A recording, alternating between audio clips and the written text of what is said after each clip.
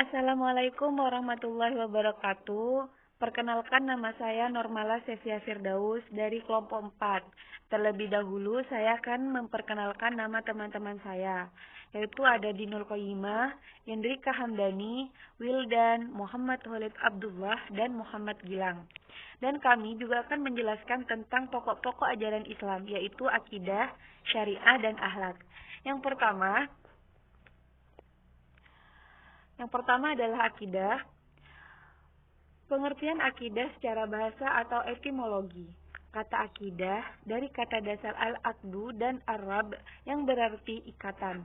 Al-ibram yang berarti pengesahan, al-ihkamu yang berarti mengokohkan atau menetapkan, at-tawatsuk yang berarti menjadi kokoh, kuat, asyaddu biquwah yang berarti pengikatan dengan kuat, dan arabtu biquwah yang berarti mengikat dengan kuat.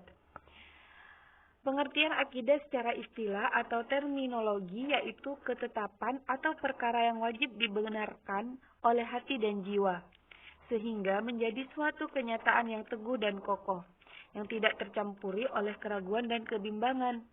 Akidah dalam agama adalah berkaitan dengan keyakinan, bukan perbuatan, bersifat mengikat dan mengandung perjanjian.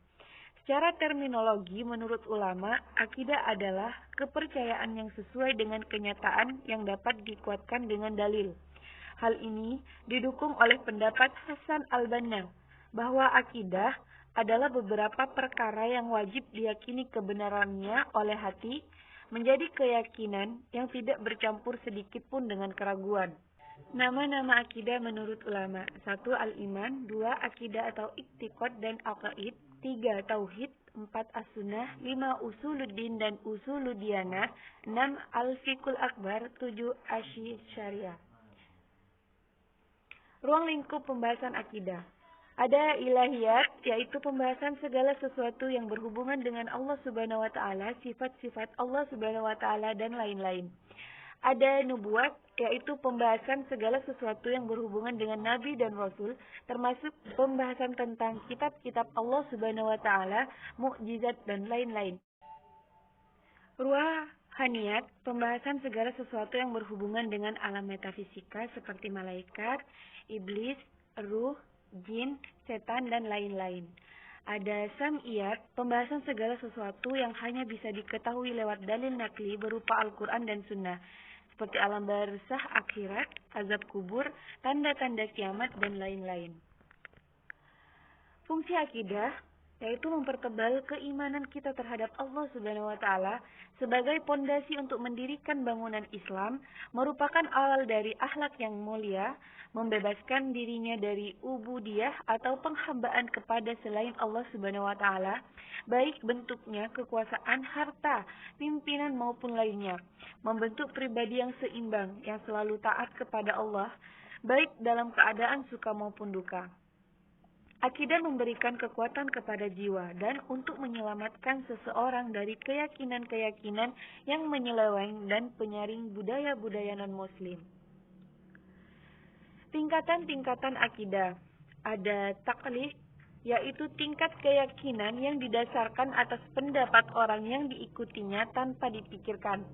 Ada yakin, yaitu keyakinan yang didasarkan atas bukti dan dalil yang jelas, tetapi belum sampai menemukan hubungan yang kuat antara objek keyakinan dan dalil yang diperolehkan. Ada ainul yakin, yaitu tingkatan keyakinan yang didasarkan atas dalil-dalil rasional, ilmiah, dan mendalam, sehingga mampu membuktikan hubungan antara objek keyakinan dengan dalil-dalil serta mampu memberikan argumentasi yang rasional terhadap sanggahan-sanggahan yang datang. Ada hakul yakin, yaitu tingkat keyakinan yang di samping didasarkan atas dalil-dalil rasional, ilmiah, dan mendalam, dan mampu membuktikan hubungan antara objek keyakinan dengan dalil-dalil serta mampu menemukan dan merasakan keyakinan tersebut melalui pengalaman agamanya. Syariah, pengertian syariah secara bahasa etimologi. Syariah berakar kata syara'ah yang berarti sesuatu yang dibuka secara lebar kepadanya. Secara istilah terminologi, syariah adalah ketentuan yang ditetapkan Allah Subhanahu wa taala. untuk dijadikan pegangan oleh manusia baik dalam hubungannya dengan Tuhan, dengan sesama manusia, orang muslim dengan non-muslim, dan dengan alam. Syariat Islam adalah hukum dan aturan yang diturunkan Allah Subhanahu wa taala untuk umat manusia melalui Nabi Muhammad sallallahu alaihi wasallam, baik berupa Al-Qur'an maupun sunnah Nabi yang berwujud perkataan, perbuatan, dan ketetapan atau pengesahan untuk mengatur seluruh kehidupan manusia, berisi penyelesaian masalah seluruh kehidupan agar manusia keluar dari kegelapan ke dalam terang dan mendapatkan petunjuk ke jalan lurus. Ruang lingkup pembahasan syariah. Realisasi daripada keyakinan akan kebenaran ajaran agama Islam ke dalam kehidupan di dunia ini disebut ibadah. Syariah memberikan kaidah-kaidah umum atau universal dan kaidah-kaidah terperinci dan sangat pokok fundamental. Syariah meliputi dua bidang. 1. Syariah yang mengatur hubungan manusia secara vertikal dengan Allah, seperti sholat, puasa, dan haji, serta berdimensi hubungan dengan manusia seperti zakat. 2.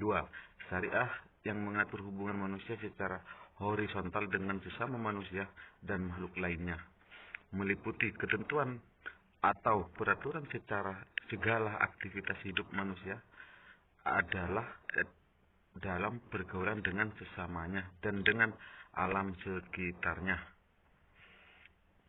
Fungsi syariah membimbing manusia dalam rangka mendapatkan ridho Allah dalam bentuk kebahagiaan di dunia dan akhirat, melindungi jiwa, perlindungan terhadap keturunan, melindungi akal, melindungi harta, melindungi kehormatan seseorang, melindungi rasa aman seseorang, melindungi kehidupan masyarakat, dan bernegara.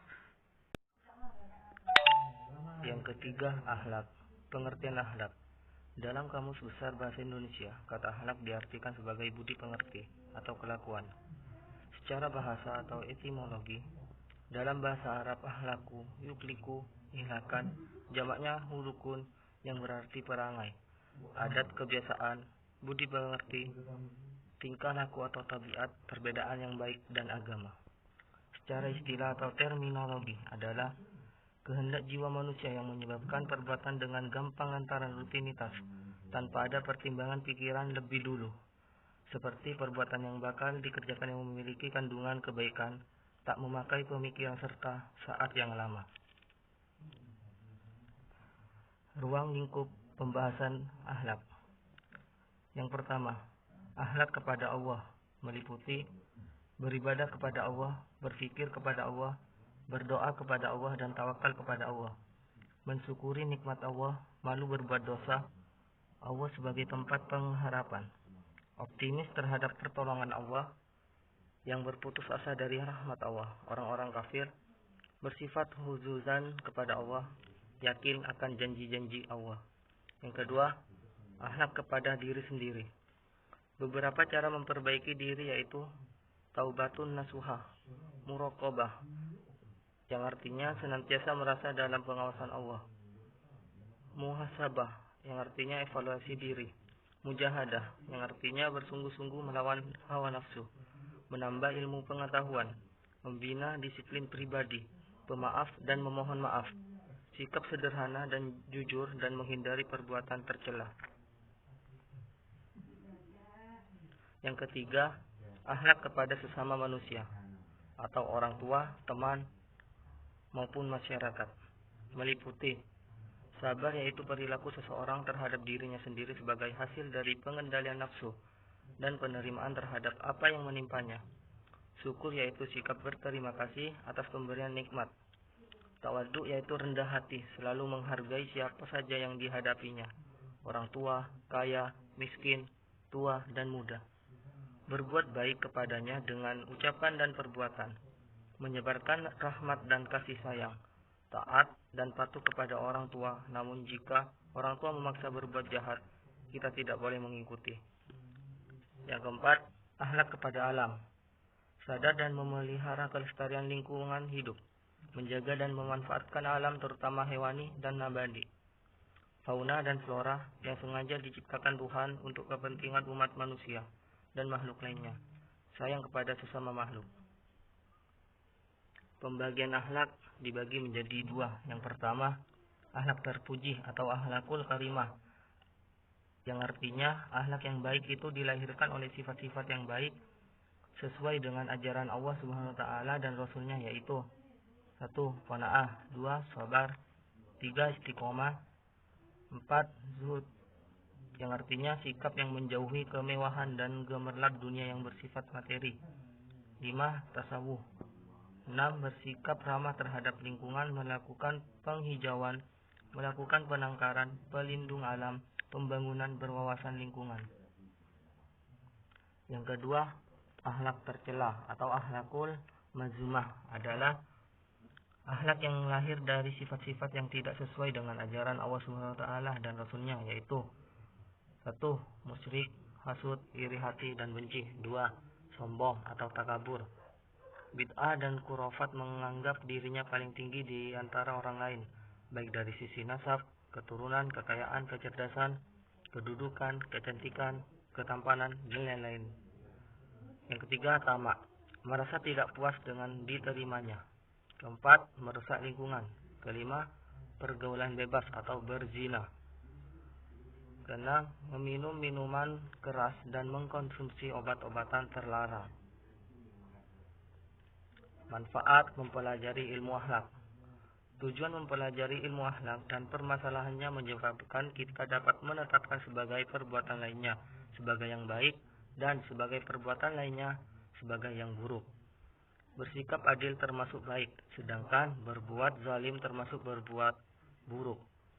Membayar hutang kepada pemiliknya termasuk perbuatan baik, sedangkan mengingkari hutang termasuk perbuatan buruk. Mustafa Zahri mengatakan bahwa tujuan perbaikan akhlak itu ialah untuk membersihkan kalbu dari kotoran-kotoran hawa nafsu dan amarah sehingga hati menjadi suci, bersih, bagaikan cermin yang dapat menerima nur cahaya Tuhan. Sekian dan terima kasih.